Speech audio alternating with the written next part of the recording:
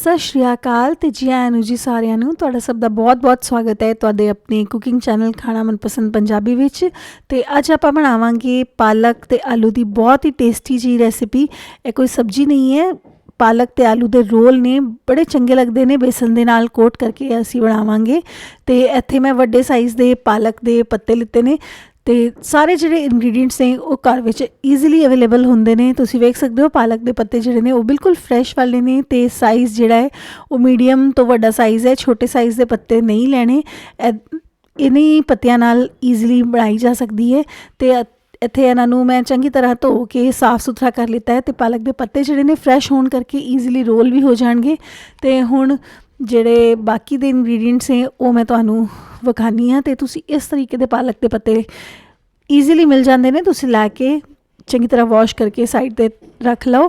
ਤੇ ਇੱਥੇ ਮੈਂ 4 ਮੀਡੀਅਮ ਸਾਈਜ਼ ਦੇ ਆਲੂ, 1 ਪਿਆਜ਼ ਚੌਪ ਕੀਤਾ ਹੋਇਆ, 1 ਛੋਟਾ ਚਮਚ ਜੀਰਾ, ਨਮਕ ਸਵਾਦ ਅਨੁਸਾਰ, ਜਿਹੜਾ ਕਮ ਖਾਂਦੇ ਨੇ ਉਹ ਘੱਟ ਲੈ ਸਕਦੇ ਨੇ ਤੇ ਜ਼ਿਆਦਾ ਖਾਂਦੇ ਨੇ ਉਹ ਜ਼ਿਆਦਾ, ਹਲਦੀ ਪਾਊਡਰ ਅੱਧਾ ਛੋਟਾ ਚਮਚ ਲਾਲ ਮਿਰਚਾਂ ਦਾ ਪਾਊਡਰ, ਅਦਰਕ ਤੇ ਲਸਣ ਦਾ ਪੇਸਟ ਲਿੱਤਾ ਮੈਂ 1 ਛੋਟਾ ਚਮਚ, ਤੇ ਇੱਥੇ ਗਰਮ ਮਸਾਲਾ ਪਾਊਡਰ, ਕੁੱਟੀਆਂ ਹੋਈਆਂ ਲਾਲ ਮਿਰਚਾਂ ਬੜੀਆਂ ਚੰਗੀਆਂ ਲੱਗਦੀਆਂ ਨੇ ਇਹਦੇ ਵਿੱਚ, ਚਿਲੀ ਫਲੇਕਸ ਲਿੱਤੇ ਨੇ, 1 ਛੋਟਾ ਨਿੰਬੂ ਦਾ ਰਸ ਤੇ 1 ਕੱਪ ਜਿੰਨਾ ਬੇਸਨ ਲਿੱਤਾ ਹੈ। ਬੇਸਨ ਨਾਰਮਲ ਜਿਹੜੇ ਪਕੌੜਿਆਂ ਵਾਸਤੇ ਅਸੀਂ ਯੂਜ਼ ਕਰਨੇ ਆ ਉਹ ਬੇਸਨ ਹੈ ਤੇ ਇਹਦਾ ਅਸੀਂ ਘੋਲ ਬਣਾਵਾਂਗੇ।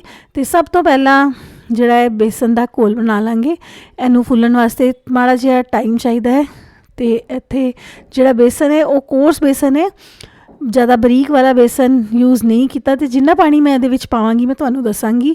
ਤੇ ਇੱਥੇ 1 ਕੱਪ ਜਿੰਨਾ ਬੇਸਨ ਹੈ ਤੇ 1/4 ਚਮਚ ਜਿੰਨਾ ਨਮਕ ਤੇ ਮਾੜੇ ਜਿਹੇ ਚਿਲੀ ਫਲੇਕਸ ਪਾ ਦਾਂਗੇ ਇਹਦੇ ਵਿੱਚ। ਤੁਸੀਂ ਚਾਹੋ ਤੇ ਲਾਲ ਮਿਰਚਾਂ ਦਾ ਪੇਸਟ ਵੀ ਪਾ ਸਕਦੇ ਹੋ। ਤੇ ਇੱਥੇ ਜਿਹੜਾ ਜਿੰਜਰ ਗਾਰਲਿਕ ਯਾਨੀ ਕਿ ਅਦਰਕ ਲਸਣ ਦਾ ਪੇਸਟ ਹੁੰਦਾ ਉਹਨੂੰ ਪਾ ਦਾਂਗੇ। ਤੇ ਥੋੜ੍ਹਾ ਪਾਣੀ ਪਾ ਕੇ ਅਸੀਂ ਗਾੜਾ ਜਿਹਾ ਘੋਲ ਜਿਹੜਾ ਹੈ ਉਹ ਰੈਡੀ ਕਰਨਾ ਹੈ। ਤੇ ਇੱਥੇ ਤੁਸੀਂ ਵੇਖ ਸਕਦੇ ਹੋ ਵੀਡੀਓ ਵਿੱਚ ਵਿਸਕ ਨਾਲ ਮੈਂ ਥੋੜ੍ਹਾ ਪਾਣੀ ਐਡ ਕਰਦੀ ਜਾ ਰਹੀ ਹਾਂ ਤੇ ਵਿਸਕ ਨਾਲ ਫੇਟਦੀ ਜਾ ਰਹੀ ਹਾਂ। ਤੁਸੀਂ ਚਮਚ ਨਾਲ ਵੀ ਫੇਟ ਸਕਦੇ ਹੋ, ਬਸ ਇਹਦੇ ਵਿੱਚ ਜਿਹੜੀਆਂ ਗੱਠਾਂ ਨੇ ਉਹ ਨਹੀਂ ਰਹਿਣੀਆਂ ਚਾਹੀਦੀਆਂ। ਤੇ ਇੱਥੇ ਗਾੜਾ ਜਿਹਾ ਘੋਲ ਅਸੀਂ ਰੈਡੀ ਕਰ ਲਾਂਗੇ। ਇਹਦੇ ਵਿੱਚ 1 ਕੱਪ ਬੇਸਣ ਦਾ ਘੋਲ ਬਣਾਉਣ ਲਈ ਮੈਨੂੰ 3/4 ਕੱਪ ਜਿੰਨਾ ਪਾਣੀ ਯੂਜ਼ ਹੋਇਆ ਹੈ ਬੇਸਿਕਲੀ। ਤੇ ਹੁਣ ਅਸੀਂ ਇਸ ਨੂੰ ਸਾਈਡ 'ਤੇ ਧਰ ਦਾਂਗੇ ਤਾਂ ਕਿ ਜਿਹੜਾ ਬੇਸਨ ਹੈ ਉਹ ਚੰਗੀ ਤਰ੍ਹਾਂ ਫੁੱਲ ਜਾਵੇ ਤੇ ਸਵਾਦ ਜਿਹੜਾ ਉਹ ਵਧੀਆ ਆਉਂਦਾ ਇਹਦੇ ਨਾਲ। ਤੇ ਹੁਣ ਅਸੀਂ ਬਣਾਵਾਂਗੇ ਆਲੂ ਦੀ ਸਟਫਿੰਗ। 1 ਛੋਟਾ ਚਮਚ ਜਿੰਨਾ ਤੇਲ ਲੈ ਲਾਂਗੇ, ਤੁਸੀਂ ਘਿਓ ਵੀ ਯੂਜ਼ ਕਰ ਸਕਦੇ ਹੋ, ਦੇਸੀ ਘਿਓ ਵੀ ਬੜਾ ਚੰਗਾ ਲੱਗਦਾ ਹੈ ਸਟਫਿੰਗ ਵਿੱਚ।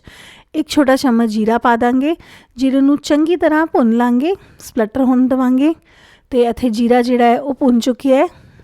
ਤੇ ਹੁਣ ਅਸੀਂ ਪਾ ਦਾਂਗੇ ਇਹਦੇ ਵਿੱਚ ਪਿਆਜ਼, 1 ਮੀਡੀਅਮ ਸਾਈਜ਼ ਦਾ ਜਿਹੜਾ ਪਿਆਜ਼ ਅਸੀਂ ਚੌਪ ਕੀਤਾ ਸੀ ਉਹਨੂੰ ਭੁੰਨ ਲਾਂਗੇ। ਕਲਰ ਬਹੁਤਾ ਚੇਂਜ ਕਰਨ ਦੀ ਲੋੜ ਨਹੀਂ ਹੈ, ਮਾੜਾ ਜਿਹਾ ਭੁੰਨਣਾ ਹੈ ਕਿ ਜਿਹੜਾ ਪਿਆਜ਼ ਹੈ ਉਹ ਟਰਾਂਸਲੂਸੈਂਟ ਜਿਹਾ ਹੋ ਜਾਵੇ। ਤੇ ਬਚਿਆ ਹੋਇਆ ਜਿਹੜਾ ਜਿੰਜਰ ਗਾਰਲਿਕ ਦਾ ਪੇਸਟ ਹੈ ਉਹ ਵੀ ਪਾ ਦਾਂਗੇ ਤੇ ਉਹਨੂੰ ਵੀ ਪਾ ਕੇ ਚੰਗੀ ਤਰ੍ਹਾਂ ਭੁੰਨ ਲਾਂਗੇ। ਜੇ ਤੁਸੀਂ ਅਦਰਕ ਲਸਣ ਨਹੀਂ ਖਾਂਦੇ ਤਾਂ ਤੁਸੀਂ ਟੋਟਲੀ ਅਵੋਇਡ ਕਰ ਸਕਦੇ ਹੋ, ਜ਼ਰੂਰੀ ਨਹੀਂ ਹੈ ਅਦਰਕ ਲਸਣ ਪਾਉਣਾ। ਤੇ ਇੱਥੇ ਇਹਨੂੰ ਭੁੰਨ ਕੇ ਅਸੀਂ ਹੁਣ ਇਹਦੇ ਵਿੱਚ ਐਡ ਕਰਾਂਗੇ ਜਿਹੜੇ ਆਲੂ ਨੇ ਉਹਨਾਂ ਨੂੰ ਚੰਗੀ ਤਰ੍ਹਾਂ ਫੋੜ ਕੇ, ਮੈਂ ਹੱਥ ਨਾਲ ਹੀ ਫੋੜ ਰਹੀ ਹਾਂ, ਤੁਸੀਂ ਚਾਹੋ ਤੇ ਫੋਕ ਨਾਲ ਕ੍ਰਸ਼ ਕਰ ਸਕਦੇ ਹੋ। ਹੁਣ ਅਸੀਂ ਇਹਦੇ ਵਿੱਚ ਮਸਾਲੇ ਪਾ ਦਾਂਗੇ। ਹਲਦੀ ਪਾਊਡਰ ਅੱਧਾ ਛੋਟਾ ਚਮਚ, ਲਾਲ ਮਿਰਚਾਂ ਦਾ ਪਾਊਡਰ ਤੇ ਇੱਥੇ ਗਰਮ ਮਸਾਲਾ, ਕੁੱਟੀਆਂ ਹੋਈਆਂ ਲਾਲ ਮਿਰਚਾਂ ਜਾਂ ਚਿਲੀ ਫਲੇਕਸ ਜੋ ਵੀ ਤੁਸੀਂ ਯੂਜ਼ ਕਰਨਾ ਚਾਹੋ। ਤੇ ਹੁਣ ਅਸੀਂ ਚੰਗੀ ਤਰ੍ਹਾਂ ਮਸਾਲਿਆਂ ਨਾਲ ਵੀ ਇਹਨੂੰ ਭੁੰਨ ਲਾਂਗੇ। ਉਸ ਤੋਂ ਪਹਿਲਾਂ ਮੈਂ 1 ਛੋਟਾ ਚਮਚ ਜਿੰਨਾ ਨਮਕ ਐਡ ਕਰ ਦਿੱਤਾ ਹੈ ਤੇ ਮਾੜਾ ਜਿਹਾ ਪਾਣੀ ਪਾ ਦਾਂਗੇ ਤਾਂ ਕਿ ਜਿਹੜੇ ਮਸਾਲੇ ਨੇ ਉਹ ਆਲੂ ਨੂੰ ਚੰਗੀ ਤਰ੍ਹਾਂ ਕੋਟ ਕਰ ਲੈਣ ਤੇ ਮਸਾਲੇ ਜਿਹੜੇ ਨੇ ਉਹ ਮਿਕਸ ਹੋ ਜਾਣ। ਤੇ ਹੁਣ ਅਸੀਂ ਇਹਨੂੰ ਜਿਹੜਾ ਪਾਓ ਭਾਜੀ ਮਿਕਸ ਕਰਨ ਵਾਲਾ ਮੈਸ਼ਰ ਹੁੰਦਾ ਹੈ ਉਹਦੇ ਨਾਲ, ਪੋਟੈਟੋ ਮੈਸ਼ਰ ਨਾਲ ਮੈਸ਼ ਕਰ ਲਾਂਗੇ ਤਾਂ ਕਿ ਕੋਈ ਵੀ ਜੇ ਮੋਟੇ ਆਲੂ ਦੇ ਟੁਕੜੇ ਹੋਣ ਤਾਂ ਨਾ ਰਹਿਣ। ਤੇ ਇੱਥੇ ਸਟਫਿੰਗ ਜਿਹੜੀ ਹੈ ਪੂਰੀ ਤਰ੍ਹਾਂ ਭੁੰਨ ਚੁੱਕੀ ਹੈ, ਤੁਸੀਂ ਵੇਖ ਸਕਦੇ ਹੋ ਪੂਰੀ ਡਰਾਈ ਹੋ ਗਈ ਹੈ, ਬਿਲਕੁਲ ਵੀ ਗਿੱਲੀ ਨਜ਼ਰ ਨਹੀਂ ਆ ਰਹੀ।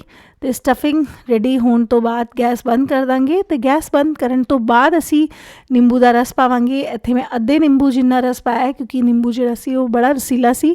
ਤੇ ਅੱਧਾ ਨਿੰਬੂ ਦਾ ਰਸ, ਇਹਨੂੰ ਚੰਗੀ ਤਰ੍ਹਾਂ ਮਿਕਸ ਕਰ ਦਾਂਗੇ। ਧਿਆਨ ਰੱਖਣਾ ਕਿ ਗੈਸ ਬੰਦ ਹੋਣੀ ਚਾਹੀਦੀ ਹੈ, ਵਰਨਾ ਜਿਹੜੀ ਸਟਫਿੰਗ ਹੈ ਉਹ ਕੌੜੀ ਹੋ ਸਕਦੀ ਹੈ। ਤੇ ਇੱਥੇ ਪਾ ਦਾਂਗੇ ਹਰਾ ਧਨੀਆ, 1 ਤੋਂ 2 ਚਮਚ ਜਿੰਨਾ, ਅਤੇ ਇਸ ਨੂੰ ਵੀ ਚੰਗੀ ਤਰ੍ਹਾਂ ਮਿਕਸ ਕਰ ਲਿਆ ਮੈਂ। ਅਤੇ ਸਟਫਿੰਗ ਜਿਹੜੀ ਹੈ ਉਸ ਨੂੰ ਠੰਡੀ ਕਰ ਲਾਂਗੇ। ਅਤੇ ਹੁਣ ਅਸੀਂ ਪਾਲਕ ਅਤੇ ਰੋਲ ਬਣਾਵਾਂਗੇ। ਜਿਹੜੀ ਸਟਫਿੰਗ ਅਸੀਂ ਰੈਡੀ ਕੀਤੀ ਸੀ ਜਿਹੜੀ ਸਟਫਿੰਗ ਅਸੀਂ ਰੈਡੀ ਕੀਤੀ ਸੀ ਉਸ ਨੂੰ ਇਹਨਾਂ ਪੱਤਿਆਂ ਵਿੱਚ ਭਰਨਾ ਹੈ। ਅਤੇ ਡੰਡੀਆਂ ਜਿਹੜੀਆਂ ਨੇ ਅਲੱਗ ਕਰ ਦਿੱਤੀਆਂ ਨੇ ਮੈਂ ਕੱਟ ਕੇ, ਅਤੇ ਜਿਹੜੇ ਪੱਤੇ ਨੇ ਉਹਨਾਂ ਨੂੰ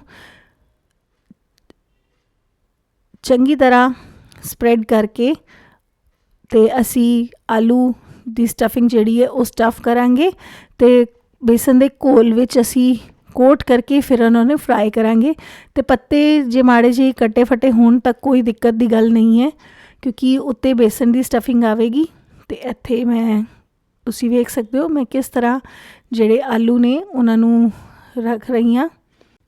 ਅਤੇ ਚੰਗੀ ਤਰ੍ਹਾਂ ਜਿੰਨੀ ਵੀ ਸਟਫਿੰਗ ਆ ਜਾਵੇ ਉਹ ਤੁਸੀਂ ਰੱਖ ਸਕਦੇ ਹੋ। ਅਤੇ ਇਹ ਜਿਹੜਾ ਡੰਡੀ ਵਾਲਾ ਪਾਸਾ ਹੈ ਇਸ ਨੂੰ ਅੰਦਰ ਦੀ ਤਰਫ ਰੋਲ ਕਰਕੇ ਇਸ ਤਰ੍ਹਾਂ ਅਸੀਂ ਪਾਲਕ ਦੇ ਰੋਲ ਰੈਡੀ ਕਰਾਂਗੇ। ਅਤੇ ਰੋਲ ਜਿਹੜੇ ਨੇ ਉਹ ਖੁੱਲ੍ਹ ਜਾਂਦੇ ਨੇ, ਅਤੇ ਇਹਨਾਂ ਨੂੰ ਸੀਲ ਕਰਨ ਲਈ ਅਸੀਂ ਬਾਅਦ 'ਚ ਯੂਜ਼ ਕਰਾਂਗੇ ਟੂਥਪਿਕ ਦਾ। ਅਤੇ ਇੱਕ ਹੋਰ ਰੋਲ ਮੈਂ ਤੁਹਾਨੂੰ ਚੰਗੀ ਤਰ੍ਹਾਂ ਭਰ ਕੇ ਵਿਖਾਉਂਦੀ ਹਾਂ। ਅਤੇ ਇੱਥੇ ਜਿਹੜਾ ਪਾਲਕ ਦਾ ਪੱਤਾ ਹੈ ਉਹ ਮਾੜਾ ਜਿਹਾ ਟੁੱਟਿਆ ਹੋਇਆ ਹੈ, ਅਤੇ ਘਬਰਾਉਣ ਦੀ ਗੱਲ ਨਹੀਂ ਹੈ, ਇਹ ਬਾਅਦ 'ਚ ਕੋਟ ਹੋ ਜਾਵੇਗਾ। ਅਤੇ ਇਸ ਵਾਸਤੇ ਇਸ ਨੂੰ ਇਸੀ ਤਰੀਕੇ ਨਾਲ ਅਸੀਂ ਰੋਲ ਕਰਕੇ ਸਾਈਡ 'ਤੇ ਧਰ ਦਾਂਗੇ। ਅਤੇ ਇਸ ਤਰੀਕੇ ਨਾਲ ਅਸੀਂ ਸਾਰੇ ਦੇ ਸਾਰੇ ਰੋਲ ਜਿਹੜੇ ਨੇ ਉਹ ਰੈਡੀ ਕਰ ਲਾਂਗੇ।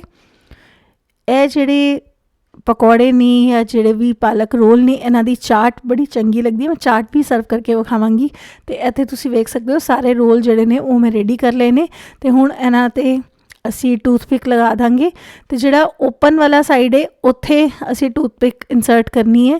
ਅਤੇ ਇਸ ਤਰੀਕੇ ਨਾਲ ਅਸੀਂ ਸਾਰਿਆਂ 'ਤੇ ਟੂਥਪਿਕ ਲਗਾ ਕੇ ਇਹਨਾਂ ਨੂੰ ਰੈਡੀ ਕਰ ਲਾਂਗੇ। ਇਸ ਤਰੀਕੇ ਨਾਲ ਜਿਹੜੇ ਟੁੱਟੇ ਹੋਏ ਪੱਤੇ ਵੀ ਨੇ ਉਹ ਵੀ ਸੀਲਡ ਰਹਿੰਦੇ ਨੇ, ਅਤੇ ਬੇਸਨ ਵਿੱਚ ਕੋਟ ਕਰਨਾ ਵੀ ਬੜਾ ਈਜ਼ੀ ਹੋ ਜਾਂਦਾ ਹੈ। ਅਤੇ ਇੱਥੇ ਹੁਣ ਅਸੀਂ ਲਿਆ ਹੈ ਬੇਸਨ ਦਾ ਰੋਲ ਅਤੇ ਬੇਸਨ ਦਾ ਘੋਲ, ਅਤੇ ਇਹਦੇ ਵਿੱਚ ਪਾਵਾਂਗੇ ਅਸੀਂ ਪਾਲਕ ਦੇ ਪੱਤਿਆਂ ਦੇ ਰੋਲ, ਅਤੇ ਇੱਕ ਇੱਕ ਕਰਕੇ ਗਰਮ ਤੇਲ ਵਿੱਚ ਫਰਾਈ ਕਰਾਂਗੇ। ਤੇਲ ਜਿਹੜਾ ਹੈ ਉਹ ਮੈਂ ਪਹਿਲਾਂ ਹੀ ਗਰਮ ਕਰਨ ਲਈ ਰੱਖ ਦਿਆ ਸੀ। ਅਤੇ ਇਹ ਤੇਲ ਜਿਹੜਾ ਹੈ ਮੀਡੀਅਮ ਹੌਟ ਹੋਣਾ ਚਾਹੀਦਾ, ਬਹੁਤਾ ਜ਼ਿਆਦਾ ਗਰਮ ਨਹੀਂ ਹੋਣਾ ਚਾਹੀਦਾ, ਬਹੁਤਾ ਜ਼ਿਆਦਾ ਠੰਡਾ ਨਹੀਂ ਹੋਣਾ ਚਾਹੀਦਾ, ਗਰਮ ਹੀ ਹੋਣਾ ਚਾਹੀਦਾ, ਤਾਂ ਕਿ ਜਿਹੜਾ ਪਕੌੜੇ ਨੇ ਉਹ ਆਇਲ ਨੂੰ ਐਬਜ਼ੋਰਬ ਨਾ ਕਰਨ। ਅਤੇ ਮੀਡੀਅਮ ਫਲੇਮ 'ਤੇ ਇਹਨਾਂ ਨੂੰ ਚੰਗੀ ਤਰ੍ਹਾਂ ਕੋਟ ਕਰਕੇ ਅਸੀਂ ਫਰਾਈ ਕਰ ਲਾਂਗੇ। ਤੁਸੀਂ ਵੇਖ ਸਕਦੇ ਹੋ ਕਿੰਨੀ ਆਸਾਨੀ ਨਾਲ ਇਹ ਜਿਹੜਾ ਘੋਲ ਹੈ ਉਹ ਕੋਟ ਕਰ ਰਿਹਾ ਇਹਨਾਂ ਨੂੰ। ਅਤੇ ਪਾਲਕ ਦੇ ਪੱਤੇ ਉੱਤੋਂ ਕ੍ਰਿਸਪ ਹੋ ਜਾਣਗੇ, ਅਤੇ ਵਿੱਚੋਂ ਜਿਹੜੀ ਆਲੂ ਦੀ ਸਟਫਿੰਗ ਹੈ ਉਹ ਸੌਫਟ ਹੁੰਦੀ ਹੈ, ਅਤੇ ਬੜੇ ਚੰਗਾ ਟੇਸਟ ਆਉਂਦਾ ਹੈ ਇਹਦੇ ਨਾਲ। ਅਤੇ ਇਸ ਤਰੀਕੇ ਨਾਲ ਮੈਂ ਸਾਰੇ ਦੇ ਸਾਰੇ ਰੋਲ ਜਿਹੜੇ ਨੇ ਉਹ ਫਰਾਈ ਕਰ ਲਾਂਗੀ। ਗੋਲਡਨ ਕਲਰ ਆਉਣੇ ਤੱਕ ਅਸੀਂ ਇਹਨਾਂ ਨੂੰ ਫਰਾਈ ਕਰਨਾ ਹੈ ਚੰਗੀ ਤਰ੍ਹਾਂ ਉਲਟ ਪਲਟ ਕੇ। ਅਤੇ ਨਾਲ ਜਿਹੜੀ ਬੂੰਦੀ ਇੱਥੇ ਗਿਰੀ ਹੈ ਬੇਸਨ ਦੀ, ਇਹਨੂੰ ਵੀ ਵੇਸਟ ਕਰਨ ਦੀ ਲੋੜ ਨਹੀਂ ਹੈ। ਜਦ ਤੁਸੀਂ ਚਾਟ ਬਣਾਓ ਅਤੇ ਤੁਸੀਂ ਇਸ ਬੂੰਦੀ ਨੂੰ ਉਹਦੇ 'ਤੇ ਕ੍ਰਿਸਪੀ ਹੁੰਦੀ ਹੈ ਅਤੇ ਉਹਦੇ 'ਤੇ ਸਰਵ ਕਰ ਸਕਦੇ ਹੋ। ਅਤੇ ਮੈਂ ਨਾਲ ਇਹ ਬੂੰਦੀ ਵੀ ਕੱਟਦੀ ਰਹਾਂਗੀ, ਨਹੀਂ ਤਾਂ ਆਇਲ ਜਿਹੜਾ ਹੈ ਉਹ ਕਾਲਾ ਹੋ ਜਾਂਦਾ ਹੈ। ਅਤੇ ਇਸ ਤਰੀਕੇ ਨਾਲ ਅਸੀਂ ਦੇਖੀਏ ਰੋਲ ਜਿਹੜੇ ਨੇ ਕਿੰਨੇ ਸੋਹਣੇ ਲੱਗ ਰਹੇ ਨੇ, ਅਤੇ ਇਹਨਾਂ ਨੂੰ ਕੱਢ ਲਾਂਗੇ। ਅਤੇ ਹੋਰ ਰੋਲ ਵੀ ਮੈਂ ਇਸੇ ਤਰੀਕੇ ਨਾਲ ਫਰਾਈ ਕਰ ਲਾਂਗੀ। ਅਤੇ ਹੁਣ ਜਿਹੜੇ ਰੋਲ ਨੇ ਉਹ ਮੈਂ ਫਰਾਈ ਕਰ ਲਏ ਨੇ। ਅਤੇ ਇੱਥੇ ਮੋਟੀ ਵਾਲੀ ਬੂੰਦੀ ਤੁਸੀਂ ਵੇਖ ਸਕਦੇ ਹੋ ਸਾਈਡ 'ਤੇ ਕਿੰਨੀ ਚੰਗੀ ਅਤੇ ਕਿੰਨੀ ਕ੍ਰਿਸਪੀ ਲੱਗ ਰਹੀ ਹੈ। ਉੱਤੋਂ ਇਹ ਕ੍ਰਿਸਪੀ ਨੇ ਅਤੇ ਅੰਦਰੋਂ ਬਿਲਕੁਲ ਸੌਫਟ ਨੇ। ਅਤੇ ਅਸੀਂ ਇਸ ਨੂੰ ਸੀਲ ਕੀਤਾ ਸੀ ਟੂਥਪਿਕ ਨਾਲ, ਤਾਂ ਇਸ ਕਰਕੇ ਇਹ ਖੁੱਲ੍ਹੇ ਵੀ ਨਹੀਂ ਨੇ ਆਇਲ ਵਿੱਚ। ਅਤੇ ਹੁਣ ਅਸੀਂ ਜਦ ਇਹਨੂੰ ਸਰਵ ਕਰਨਾ ਹੈ ਤਾਂ ਟੂਥਪਿਕ ਤੁਸੀਂ ਸਾਈਡ 'ਤੇ ਕੱਢ ਦਿਓ, ਤਾਂ ਕਿ ਕਿਸੇ ਨੂੰ ਖਾਣ 'ਚ ਪ੍ਰੋਬਲਮ ਨਾ ਹੋਵੇ। ਅਤੇ ਮੈਂ ਰੋਲ ਤੁਹਾਨੂੰ ਕੱਟ ਕੇ ਵਿਖਾਉਂਦੀ ਹਾਂ। ਅਤੇ ਇੱਥੇ ਵੇਖ ਸਕਦੇ ਹੋ ਆਲੂ ਦੀ ਸਟਫਿੰਗ, ਪਾਲਕ ਦਾ ਪੱਤਾ ਅਤੇ ਬੇਸਨ ਦੀ ਕੋਟਿੰਗ ਸਭ ਚੰਗੀ ਤਰ੍ਹਾਂ ਨਜ਼ਰ ਆ ਰਹੇ ਨੇ, ਅਤੇ ਬਹੁਤ ਹੀ ਸਵਾਦ ਬਣਦੇ ਨੇ। ਤੁਸੀਂ ਇੱਕ ਵਾਰ ਜ਼ਰੂਰ ਟਰਾਈ ਕਰਨਾ। ਅਤੇ ਇੱਥੇ ਮੈਂ ਇੱਕ ਦੋਨਾ ਲਿਆ, ਇਹਦੇ ਵਿੱਚ ਪਾਵਾਂਗੇ ਅਸੀਂ ਕੱਟ ਕੇ ਇਹ ਵਾਲੇ ਰੋਲ, ਅਤੇ ਇੱਥੇ ਮੈਂ 2 ਰੋਲ ਇਸ ਤਰੀਕੇ ਨਾਲ ਕੱਟ ਕੇ ਇਹਦੇ ਵਿੱਚ ਪਾ ਰਹੇ ਨੇ। ਅਤੇ ਹੁਣ ਅਸੀਂ ਪਾਵਾਂਗੇ ਹਰੀ ਚਟਨੀ। ਹਰੀ ਚਟਨੀ ਦੀ ਰੈਸਿਪੀ ਵੀ ਮੈਂ ਛੇਤੀ ਆਪਣੇ ਚੈਨਲ 'ਤੇ ਪੋਸਟ ਕਰਾਂਗੀ। ਅਤੇ ਇੱਥੇ ਵੀ ਗੁੜ ਇਮਲੀ ਦੀ ਚਟਨੀ, ਇਹਨੂੰ ਵੀ ਇਹਦੇ 'ਤੇ ਪਾ ਦਾਂਗੇ। ਅਤੇ ਹੁਣ ਅਸੀਂ ਪਾਵਾਂਗੇ ਮੂਲੀ ਦਾ ਲੱਛਾ। ਇਸ ਤਰੀਕੇ ਨਾਲ ਇਹ ਰੋਲ ਜਿਹੜੇ ਨੇ ਬੜੇ ਸਵਾਦ ਲੱਗਦੇ ਨੇ। ਤੁਸੀਂ ਆਪਣੇ ਗੈਸਟ ਨੂੰ ਅਤੇ ਫੈਮਲੀ ਨੂੰ ਇਸ ਤਰੀਕੇ ਨਾਲ ਸਰਵ ਕਰ ਸਕਦੇ ਹੋ, ਮਾੜੀ ਜੀ ਹਰੀ ਚਟਨੀ। ਅਤੇ ਤੁਸੀਂ ਇਸ ਰੈਸਿਪੀ ਨੂੰ ਜ਼ਰੂਰ ਟਰਾਈ ਕਰਨਾ, ਤੁਹਾਨੂੰ ਜ਼ਰੂਰ ਬਹੁਤ ਪਸੰਦ ਆਉਣ ਵਾਲੀ ਹੈ। ਅਤੇ ਟੇਸਟ ਜਿਹੜਾ ਹੈ ਉਹ ਬਹੁਤ ਹੀ ਚੰਗਾ ਹੈ। ਬਾਜ਼ਾਰ ਦੀ ਚਾਟ ਨਾਲੋਂ 10 ਗੁਣਾ ਜਿੰਨਾ ਵਧੀਆ ਟੇਸਟ ਆਉਂਦਾ ਹੈ। ਅਤੇ ਤੁਸੀਂ ਇਸ ਤਰੀਕੇ ਨਾਲ ਵੀ ਸਰਵ ਕਰ ਸਕਦੇ ਹੋ, ਜਾਂ ਫਿਰ ਜਿਹੜੇ ਰੋਲ ਨੇ ਉਹਨਾਂ ਨੂੰ ਵੱਖਰਾ ਵੱਖਰਾ ਚਟਨੀ ਜਾਂ ਸੌਸ ਨਾਲ ਵੀ ਸਰਵ ਕਰ ਸਕਦੇ ਹੋ। ਅਤੇ ਜਿਹੜਾ ਵੀ ਤਰੀਕਾ ਤੁਹਾਨੂੰ ਪਸੰਦ ਹੋਵੇ ਮੈਨੂੰ ਜ਼ਰੂਰ ਦੱਸਣਾ, ਕਮੈਂਟ ਜ਼ਰੂਰ ਕਰਨਾ। ਅਤੇ ਹੋਰ ਨਈ ਰੈਸਿਪੀਆਂ ਵਾਸਤੇ ਵੇਖਦੇ ਰਹੋ ਖਾਣਾ ਮਨਪਸੰਦ ਪੰਜਾਬੀ। Thanks for watching.